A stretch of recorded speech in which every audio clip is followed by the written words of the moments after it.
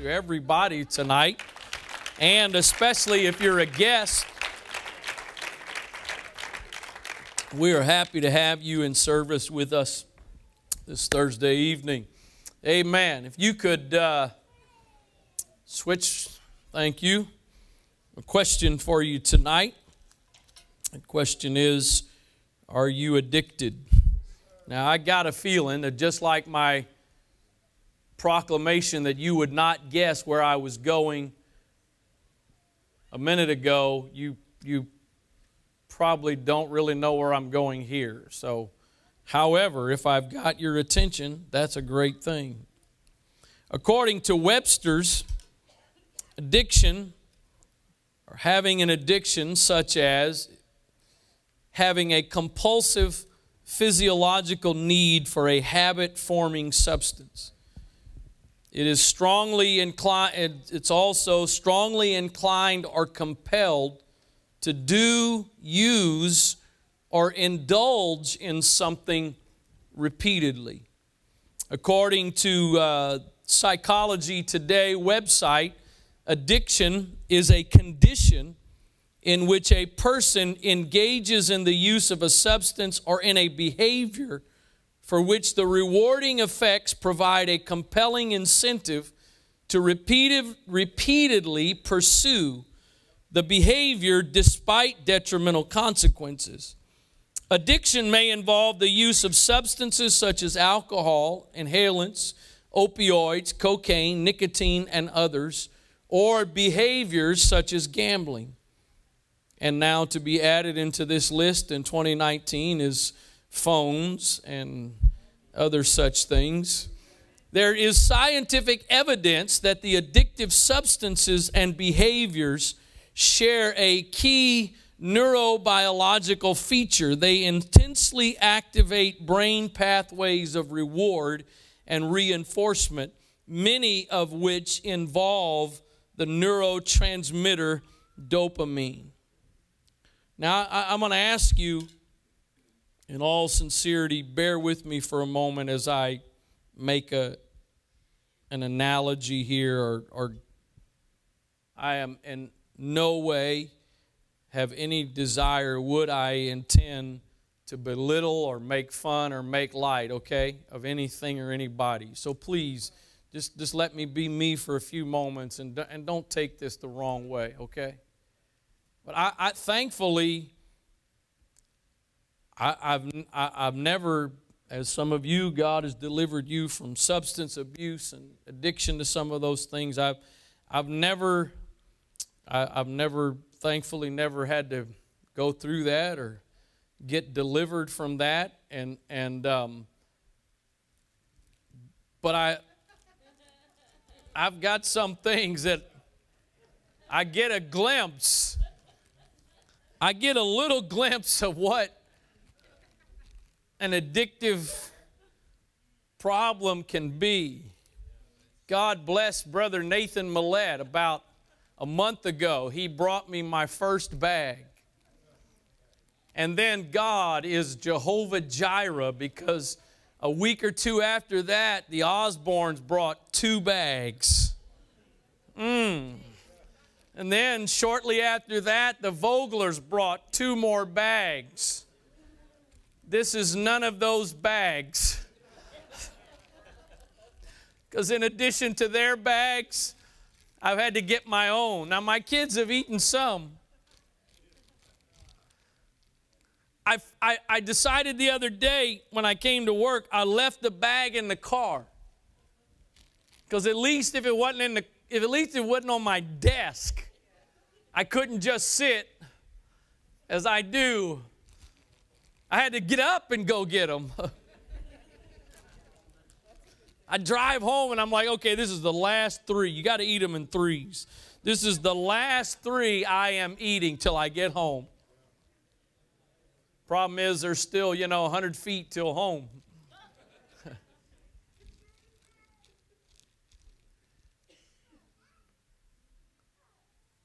Unfortunately, forgive my lightheartedness, There's people in this room tonight, and it may not be some of the substances and some of the things like that, but you know what it means. You've got some addiction. It is becoming more and more,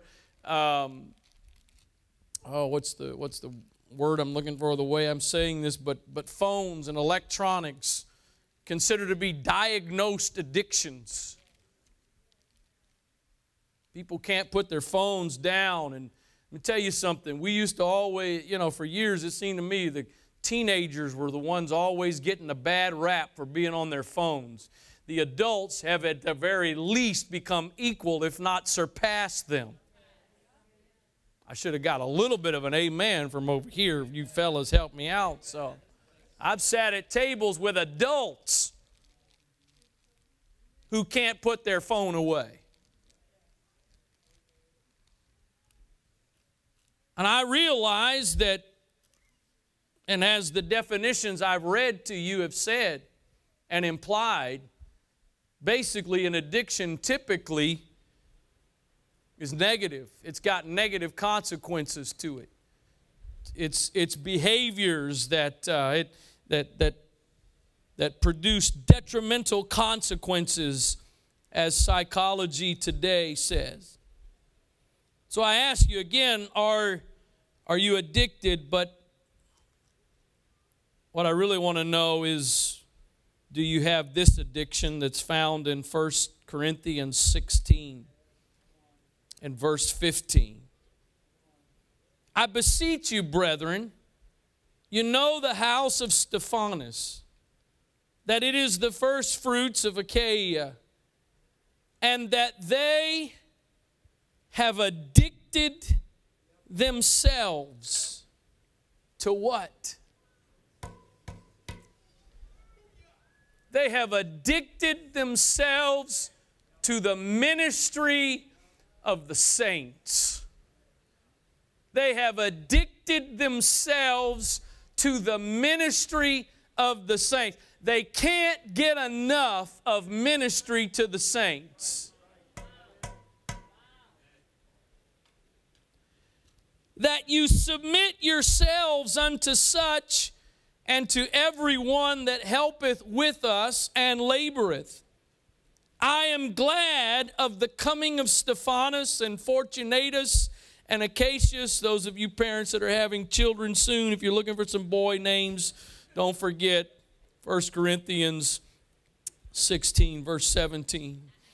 For that which was lacking, listen to this, that which was lacking on your part, they have supplied.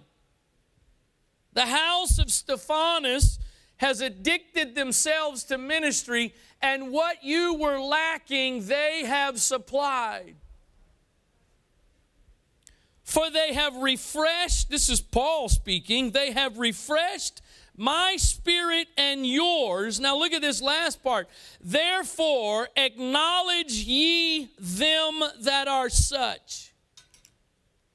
Take note of those who are like the household of Stephanus and have addicted themselves to the ministry of the saints, and give them honor and respect and recognition.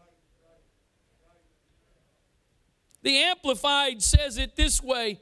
Now, verse 15, now, brethren, you know that the household of Stephanus were the first converts and our first fruits in Achaia, most of Greece, and how they have consecrated and devoted themselves to the service of the saints, God's people. The New Living Translation, you know that Stephanus and his household were the first of the harvest of believers in Greece, and they are spending their lives in service to God's people. I urge you, dear brothers and sisters, I urge you to do the same. Message Bible.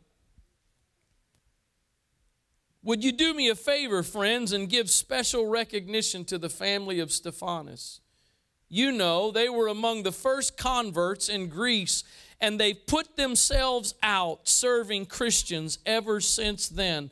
I want you to honor and look up to people like that, companions and workers who show us how to do it, giving us something to aspire to.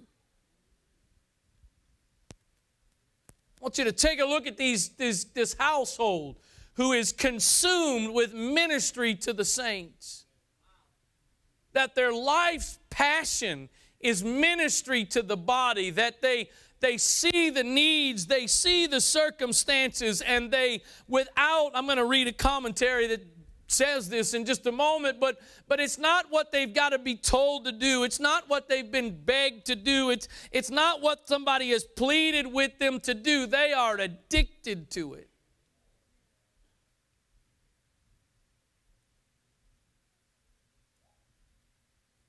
Verse 18 in the Amplified, for they gave me respite from labor and rested me and refreshed my spirit as well as yours. Deeply appreciate and thoroughly know and fully recognize such men. Living Bible, they have cheered me greatly and have been a wonderful encouragement to me, as I am sure they were to you. They were to you too. I hope you properly appreciate the work of such men as these. And then Wiest says, now I exhort you, brethren, you know the household of Stephanas that is a first fruit of Achaia, and that they took, let's look at the way Wiest says this.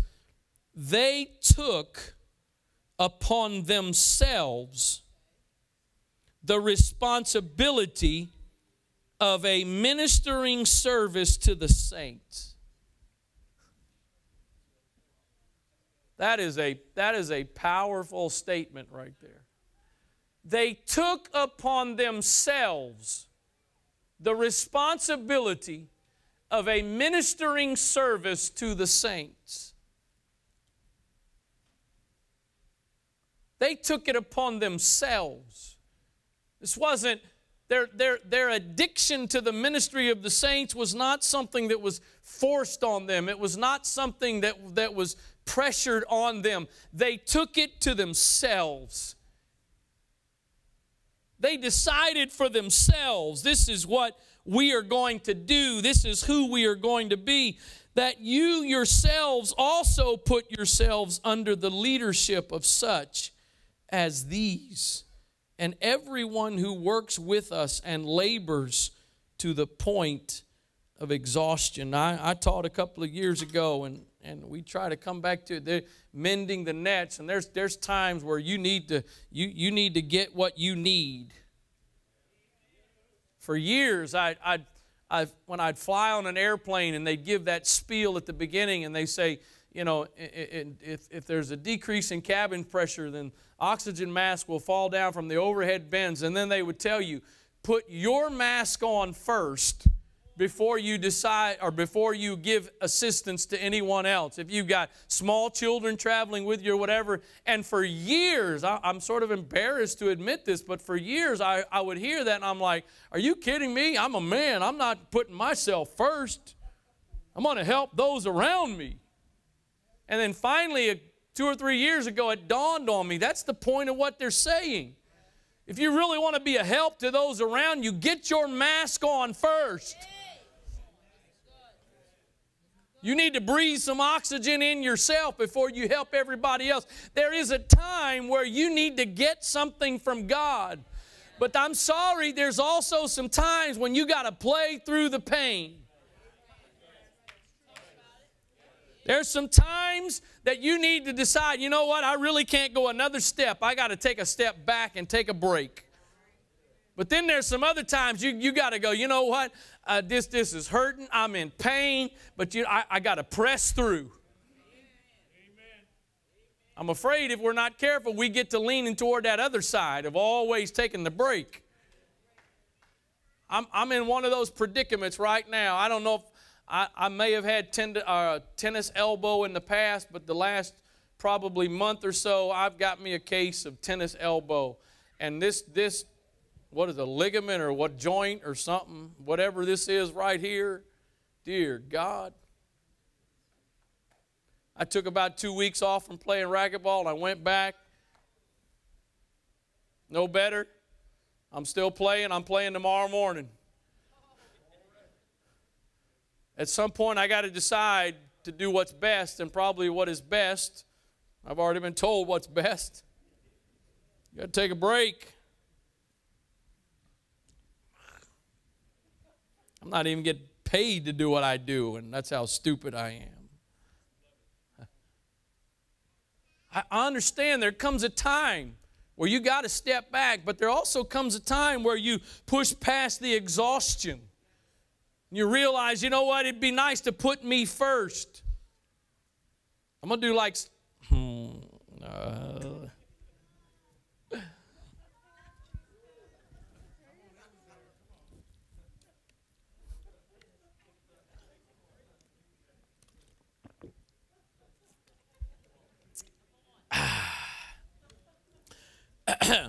the Bible exposition commentary says, oh, hallelujah.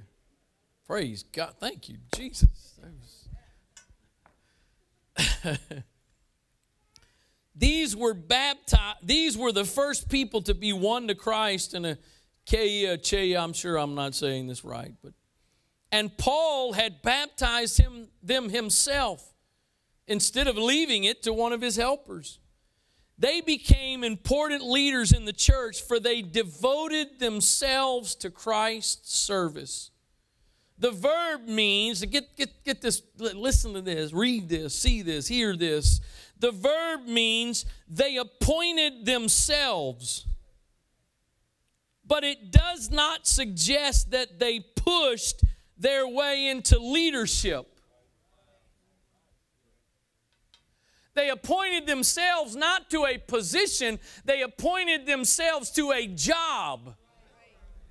They recognized a need and they appointed themselves to meet the need.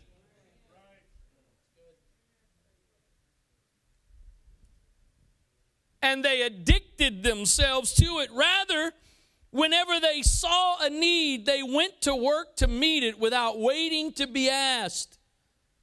They were Paul's helpers, and they labored, toiled to the point of exhaustion for the Lord. What a wonderful thing it is when an entire family serves the Lord faithfully in the local church. I've been blessed in a lot of different ways. I've experienced a lot of wonderful things in my life. There are things that God has permitted me to be a part of, to do, to see, whatever, that are just wonderful things. But I'm just going to tell you, I don't think I know of anything that has ever been more rewarding to me than watching my kids involved in ministry. Any of you parents here ever been there and understand what I'm there? That is one of the most rewarding things. It is a wonderful thing when an entire family serves the Lord faithfully in the local church. But let's take it beyond natural families, and it's a wonderful thing when the family... I'm trying to present this and teach this, share what God has given me tonight, all in the most positive way that I can, and all sincerity. But forgive me for a moment of weakness. There should have to be absolutely no pleading or begging or prodding to get the number of people that we need for Celebrate Recovery. What should have to happen is we should be able to create a waiting list to say, hey, we got enough people right now, but we're going to keep you on the list in case something happens and we need you.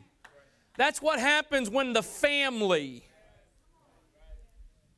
does what Stephanus did, and they see the need and they step in to meet the need. Well, nobody asked me to do it. While you're sitting there waiting for somebody to ask you, hopefully there's somebody else that's seeing it and doing it, because they are addicted to it.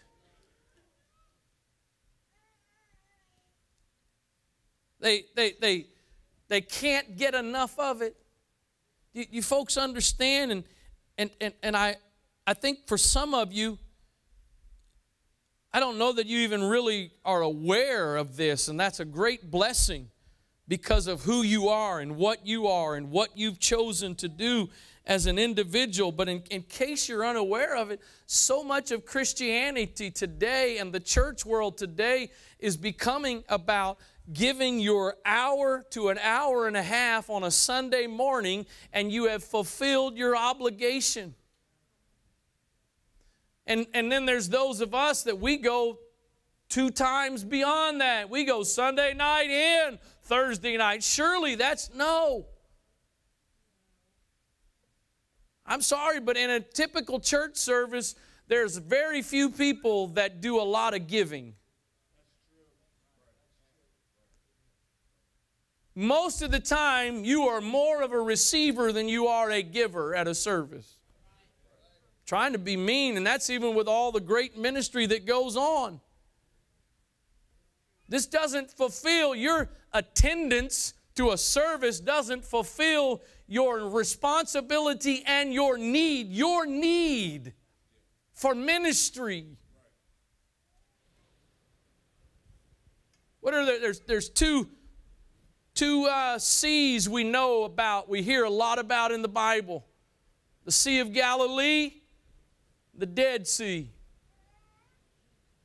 I shouldn't go saying something that I haven't thoroughly looked into for myself, but I've heard it all my life from reliable sources, so surely it's the truth.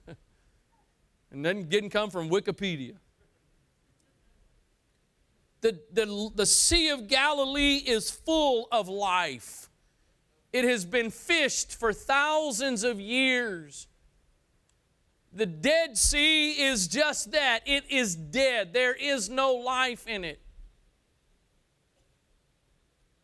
And what is said that the difference is between those two seas is that the Sea of Galilee has inflow and outflow. But the Dead Sea only has inflow. There is no outflow. And so life, get this, life may have flowed. Flowed. Yeah, not flow. There we go. Something wasn't quite right. Life may have flowed into it. But because nothing is flowing out of it, everything that comes in it dies. Maybe for some folks the issue is there's a lot of great stuff that God has flowing into you, and there's a lot of great things flowing into your life, but that's all that happens. It flows in and that's where it stops. And so what came in living becomes stagnant and produces death.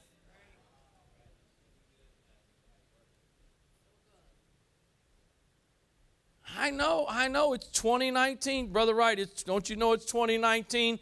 And in 2019, here we go. You ready? We just don't have time.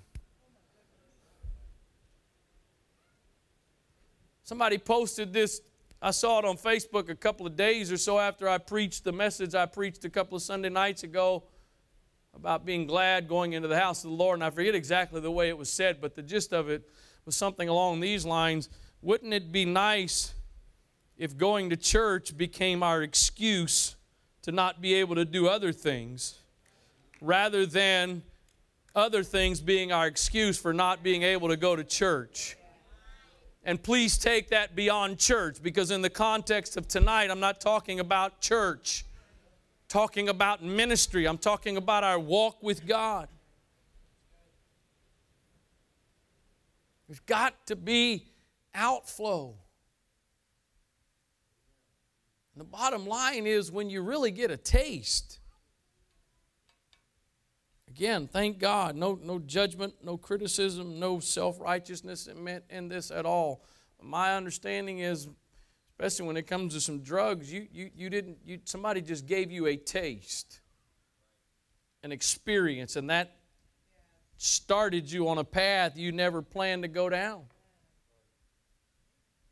Well, if you ever really get a taste, and I know a lot of you here have, but you get a taste of God ministering to somebody, touching somebody through you, If that happens and you're satisfied and you're done, something's wrong. Because what ought to happen is, man, something ought to get, man, that was something else. Especially in those moments where you are absolutely know for a fact God just did something that wasn't about me. I wasn't smart enough for that. I didn't know that. I didn't have the knowledge or experience for that. But God did that. I don't know about you, but I want some more of that.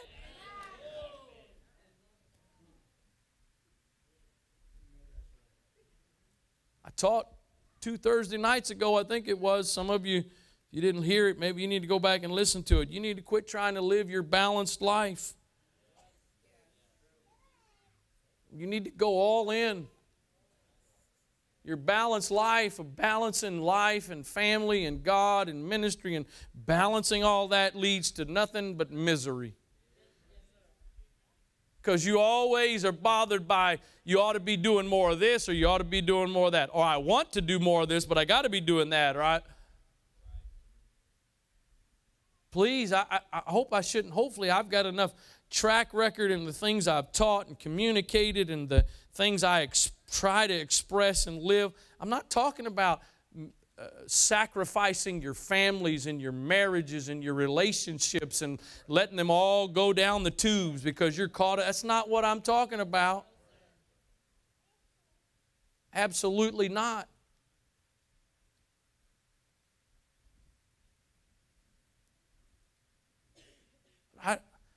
I don't want ministry to revolve around me.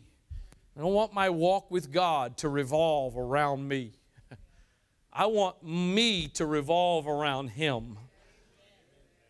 I want everything that I do. I want every part of my life. I want Him to be the center of the orbit of it all.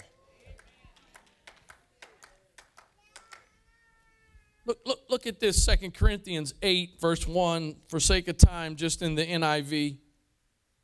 And now, brothers, we want you to know about the grace that God has given the Macedonian churches. Listen to this, get this. Out of the most severe trial, their trial, he's talking about them. He's talking about them being in some very difficult, challenging situations. Out of the most severe trial, their overflowing joy and their extreme poverty welled up in rich generosity. In the midst of all of the adversity they were dealing with, they got outside of themselves because they were addicted. For I testify that they gave as much as they were able, and even beyond their ability, entirely on their own. Meaning, I didn't twist their arms, I didn't beg them, I didn't plead with them. Even though they were in the midst of their own set of challenges and issues, they got outside of themselves and they gave in a generous way. And look at this last verse. They urgently pleaded with us. Listen, are you reading? Everybody got everybody's attention? Paul is saying they pleaded with us for the privilege of sharing in this service to the saints.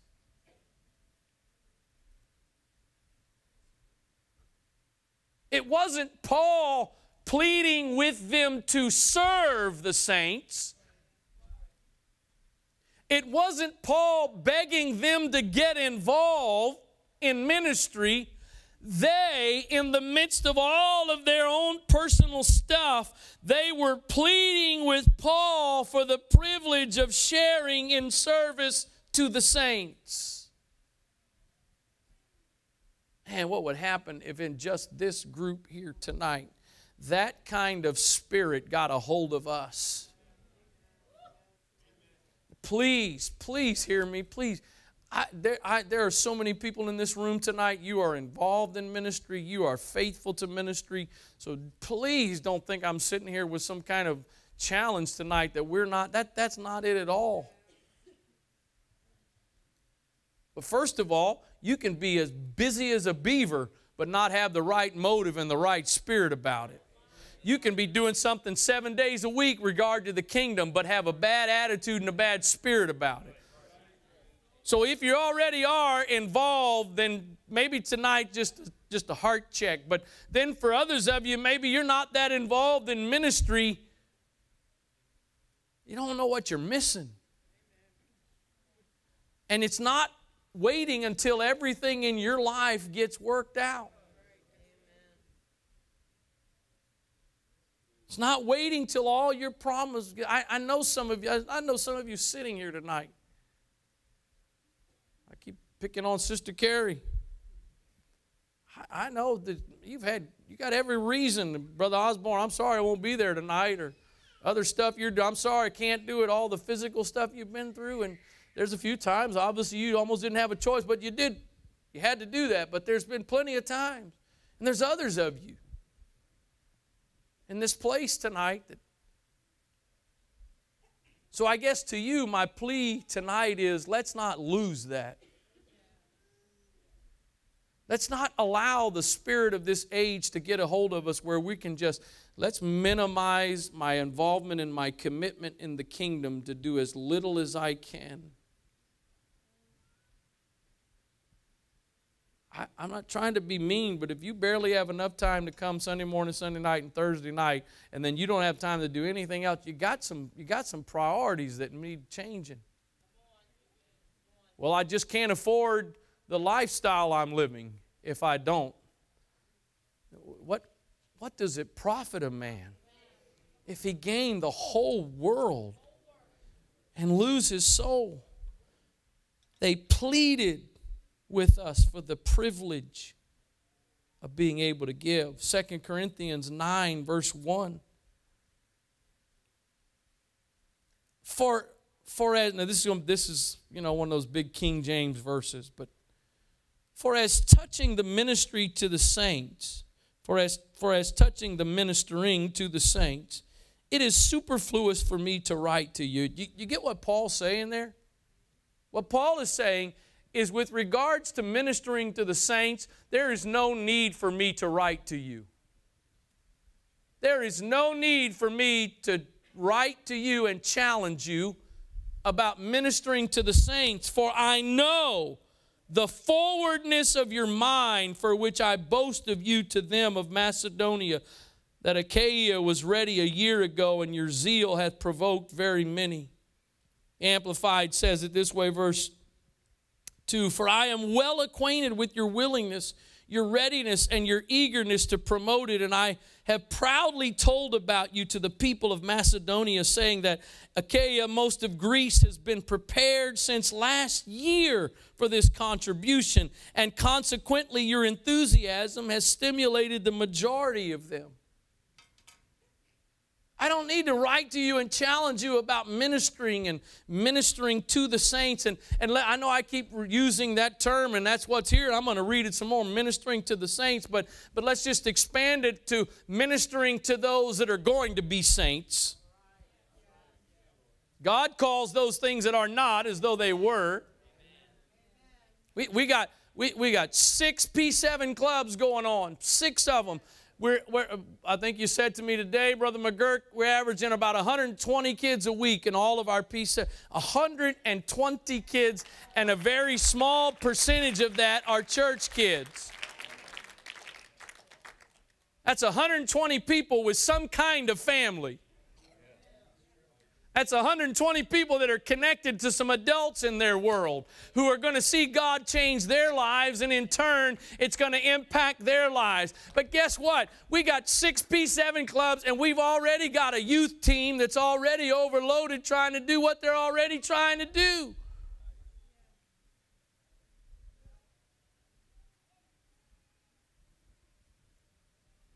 We need a passion greater than what we've had. Please, I'm going to say it again. I am not trying to berate anybody tonight. I'm not trying to beat you up tonight. I am trying to challenge us as a body. And again, if you're already doing it, then just let this be a reminder and keep doing it. But oh God, have mercy that we have to plead and beg to fill ministry roles. Ministry, I'm not talking about just trivial things.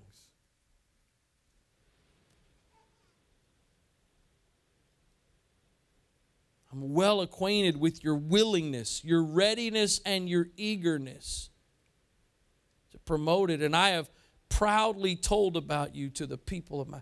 I've told them about you. I've told them about the way you minister. I've told them about your passion for giving. You know why we do Worcester and why we do other things in giving? Because it's not just about us. It's not just about making sure that we take care of our little group here. You know why those bins are in the back there and reminding you what was announced Sunday night? Email, I think, went out today, I think it was, in need of clothing for the ladies in Worcester, because we want...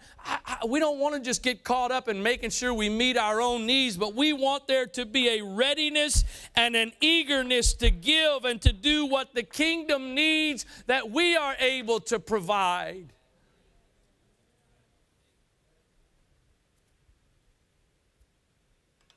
Second Corinthians 9 and 10, Amplified, and God, who provides seed for the sower and bread for eating, will also provide and multiply your resources for sowing and increase the fruits of your righteousness, which manifests itself in active goodness, kindness, and charity. I've used these verses several months ago, teaching about blessed to be a blessing. Your resources, your finances, your time. Those aren't things that God has given you to figure out how to store them up for yourselves and use them for yourselves. He's given them to be seed. Thus you will be enriched in all things and in every way. When you take the seed and you sow it and you invest it into the kingdom and you invest it into ministry, you will be enriched in all things and in every way, so that you can be generous, and your generosity as it is administered by us will bring forth thanksgiving to God. For the service that the ministering of this fund renders does not only fully supply what is lacking to the saints, God's people, but it also overflows in many cries of thanksgiving to God. Sister Brenda, how long have you been teaching that lady a Bible study that came Sunday night?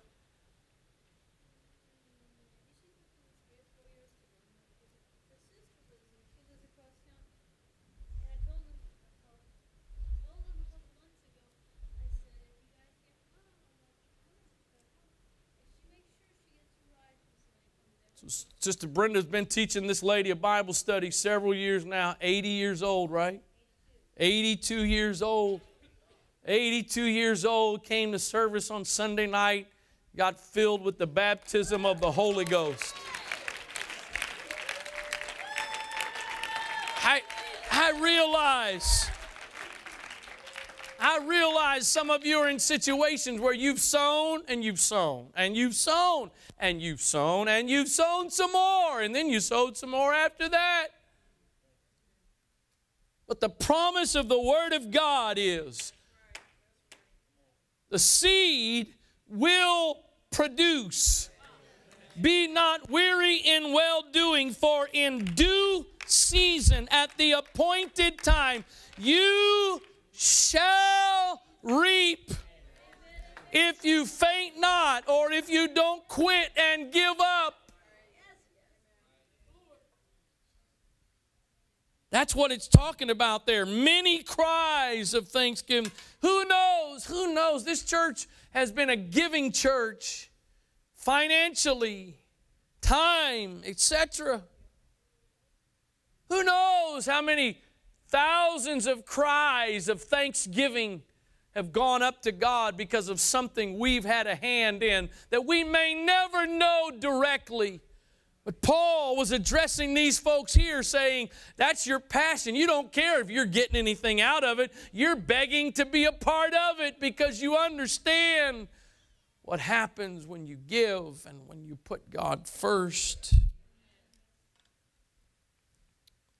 Philemon 5, only one chapter, so verse 5. Because I continue to hear of your love and of your loyal faith which you have toward the Lord Jesus, and which you show toward all the saints, God's consecrated people. Notice what Paul's saying to Philemon. He's saying, I've heard of your love and your faith, but beyond hearing of your love and faith, you show it, you demonstrate it.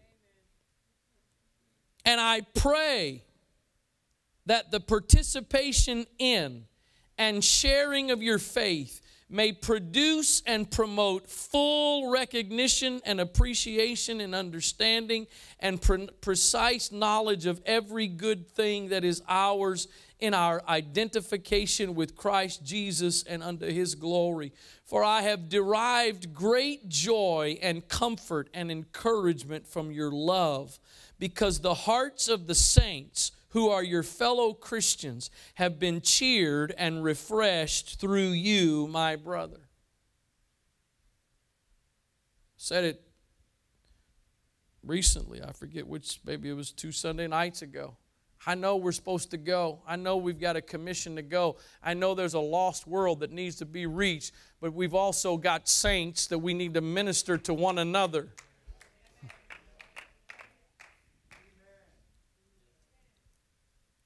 We need to be sensitive, led by the Spirit to recognize the needs of one another. And Paul says, I've gotten great joy and comfort and encouragement from watching what you do. I've gotten great joy and comfort and encouragement by watching what you do. Now, you know, obviously Paul wasn't saying that as a spectator doing nothing. He wasn't sitting back saying, man, I'm just so blessed by what you're doing. Keep up the good work. But I was refreshed. I was renewed. I don't want to start calling names and leave people out, but there's some people in this room tonight. There's some that couldn't be here tonight. You can sit there and call some names that I can identify with what Paul is saying. I watch what you do. I watch your burden and your passion, and it's refreshing to watch that in action. I don't know about you, but I want to be like Philemon. That's what we call Philemon fall was. When we talk about the Bible, it's Philemon. I don't know why. It's like Enoch and Enoch. We always call Enoch Evans Enoch, and when we're reading the Bible, it's Enoch. Philemon, whatever. I want to be like him. I want others to take note of what I do and it refreshed them. I'm not, please, hopefully I don't have to I'm not talking about frivolous, trivial motives. I'm talking about for the purpose of just trying to, I'm saying that's the kind of person I want to be. I want to be the kind of person that lives that kind of life that others look at and go, man, it is refreshing and real. I don't want people to get the sense from me that I am doing what I'm doing out of obligation. We did a bunch of work going into this event last week, this Bible quiz thing. There was all kinds of prep leading up to it. We did different stuff, and not only were we trying to get some things done that still benefit us, but there was other things we were doing to get ready for it. And there was all kinds of work, and I don't think he's in here, so I can use him even better. But Jalen was the point person representing us to this was a United Pentecostal Church national event, and I'm telling you, the dude worked like crazy for months, and especially the last couple of weeks and days, and he was here last week, most of the week, probably 18, 20 hours a day almost. And even before it started, or if I'm not mistaken, I think it was partway through, my wife told me a statement he made to her, and it was along the lines of something about the way we're doing this and what we're learning. When or if they ask us to do this again, we will be even better prepared. It wasn't Boy, I hope they sure never ask us to do this again. This is so much work, and we've done so much. And I'm sorry, but we didn't get anything out of it. We weren't getting anything. We weren't earning it. That's the kind of thing I'm talking about.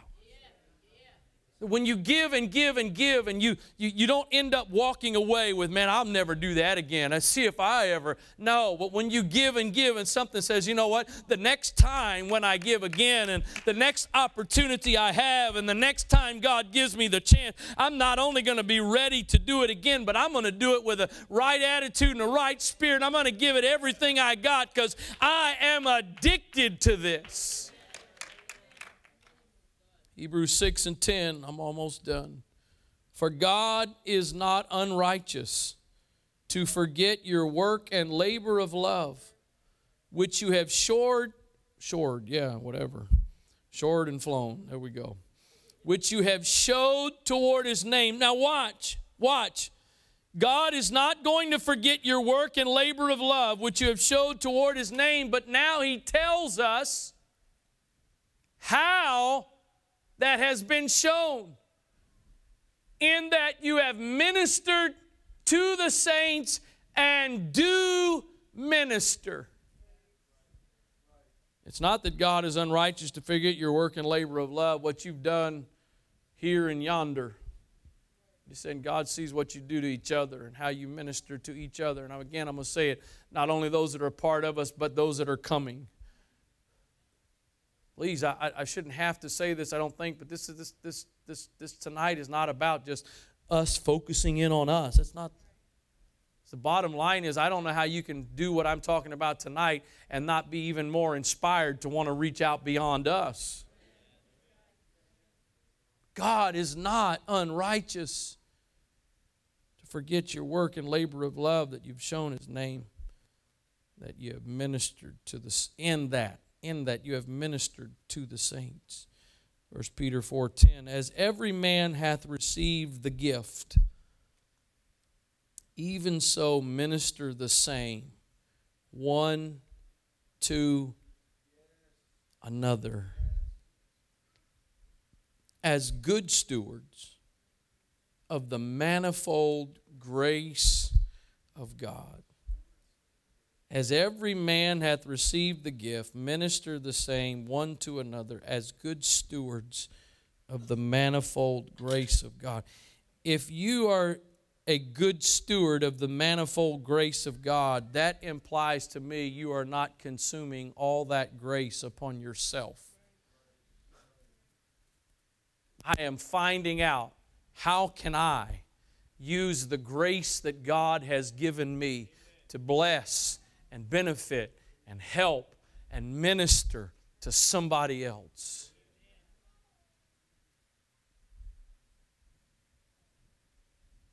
You've heard it before. Bishop used it before. I can take this, if I have this bottle as is, it is a container that can only contain so much water. It has a limited supply that it can hold. But if I cut out the end, and I got one end connected to the source, the amount that can flow through is unlimited. As a container, it can only hold a certain number of ounces. As a conduit, there is no limit to what happens when God flows through you. And here's the amazing thing. You know, they say if you go use someplace or do something, whatever, leave it either like you found it or leave it better. I'm going to tell you right now, when it comes to God, He does not flow through us. He does not minister through us without not only making us better, but also leaving some things behind for us to benefit by what He has done through us. You can choose to hang on and be a container and it becomes stagnant and lifeless, or you can choose to be that conduit and get addicted. So I ask you in closing, are you addicted? Not obligated. Well, I got to do this. I've committed to do this, or I've committed to be a part. I've committed to be a deacon leading oikos, or I've committed to help in kids ministry or CR. Or I've committed to do this, and so I gave my word. No. Addicted. When do I get to do more? When's the next opportunity that's coming? You know what? These folks, and there have been several others that have requested to get on board, but because of some of the dynamics of it, hasn't quite happened, so I'm not leaving you out. But it's an amazing thing to watch. This group, it's pretty much been basically the same group every month that goes up to Worcester.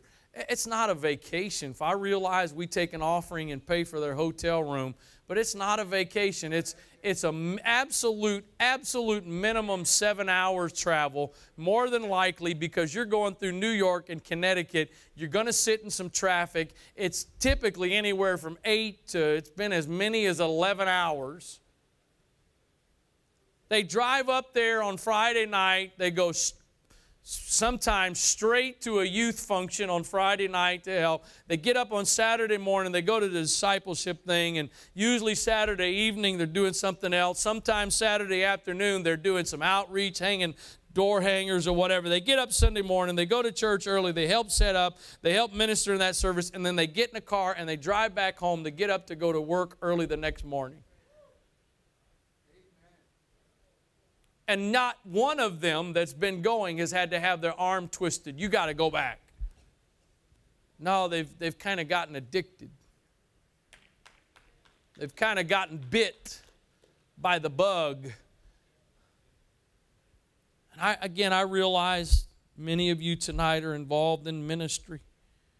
And so I challenge you, again, what did it say?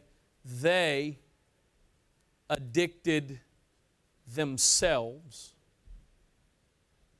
They didn't have to be prodded and continually encouraged and reminded and pushed to do it. They addicted themselves. So if you're already doing it, would you just make up your mind tonight? I am going to addict myself from now until Jesus comes.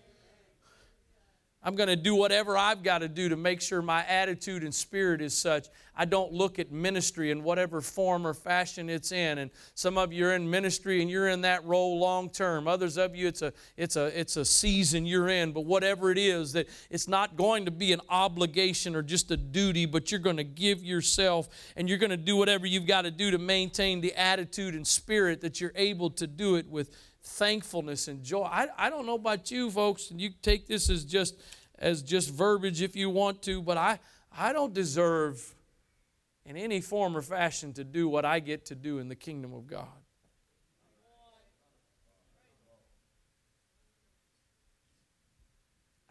I don't look in the mirror and go, boy, you got what you do. Most of the time I look in the mirror and I'm like, are you kidding?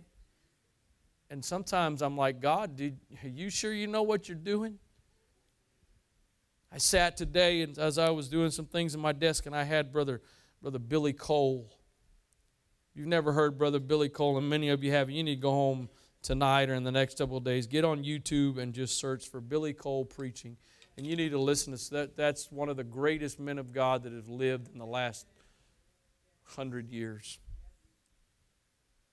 And he was telling in this one message I was listening to today, had playing today, about he went to Thailand as a missionary. He went to Thailand as a missionary, and he had basically spent all of his life in some little town in West Virginia I had never heard of. And he went from there to Thailand. And he talked about how when he got there, he looked around and he's thinking, what am I doing here? And God, how did you pick me? But he said, I realized that God had called me. God had anointed me. God had chosen me. And so it was going to be done. And that's all of us, folks. I don't care if you pray 25 hours a day and fast 8 days a week. You can't earn it. You can't. But the grace of God says, I've got something for you to participate with me in doing. I've got lives for you to be involved in. I don't know about you, but I want to get and stay addicted. Some of you have never really quite gotten addicted yet. You don't know what you're missing. No, I'm not. Everybody that's been involved in ministry for any length of time here tonight, I'm not saying it's all marshmallows and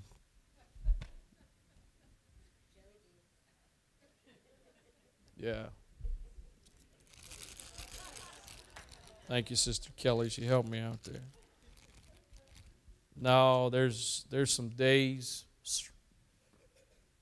There's some days I'm ready to sign my letter of resignation. I'm not saying it's all just, but you know why I'm still here? I got addicted.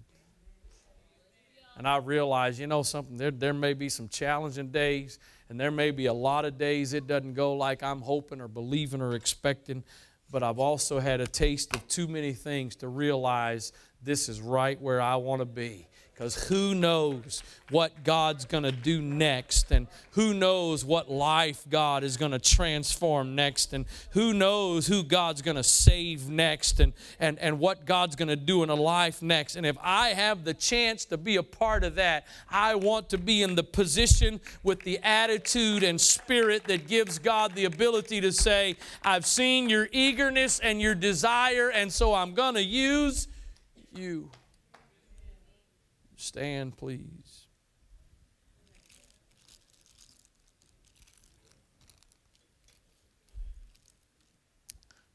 You know, I mean this with all sincerity and kindness, but if you're sitting here tonight and somehow all of this is you causing pressure and stress, and what I'm saying is weighing you down, you might need to find yourself in the prayer room in the next couple days.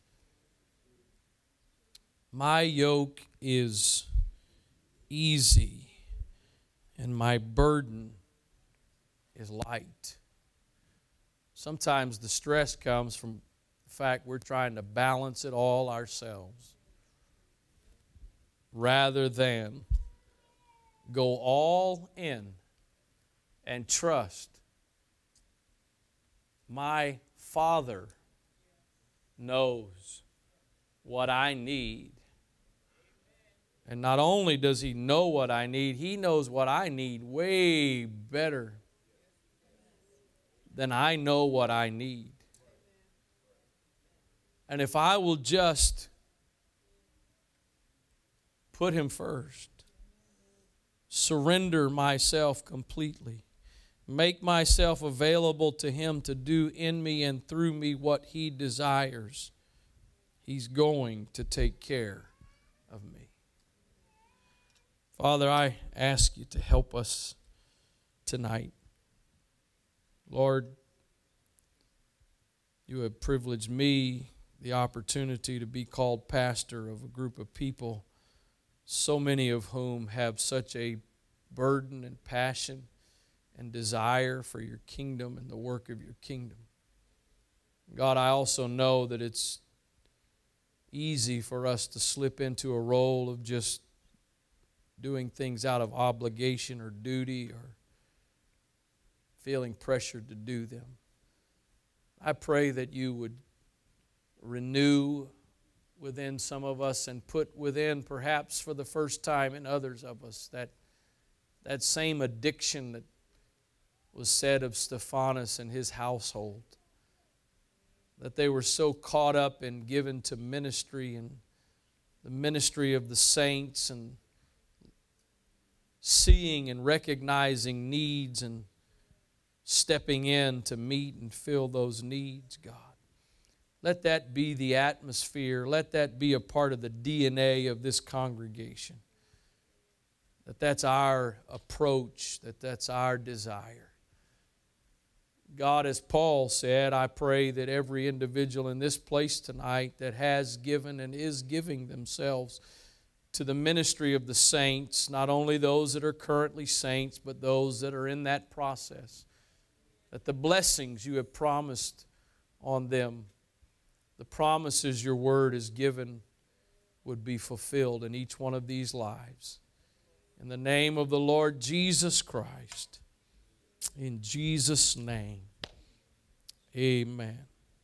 God bless you. Don't forget, I think somebody will be in the back if you want to purchase one of the study guides for the Conquer series.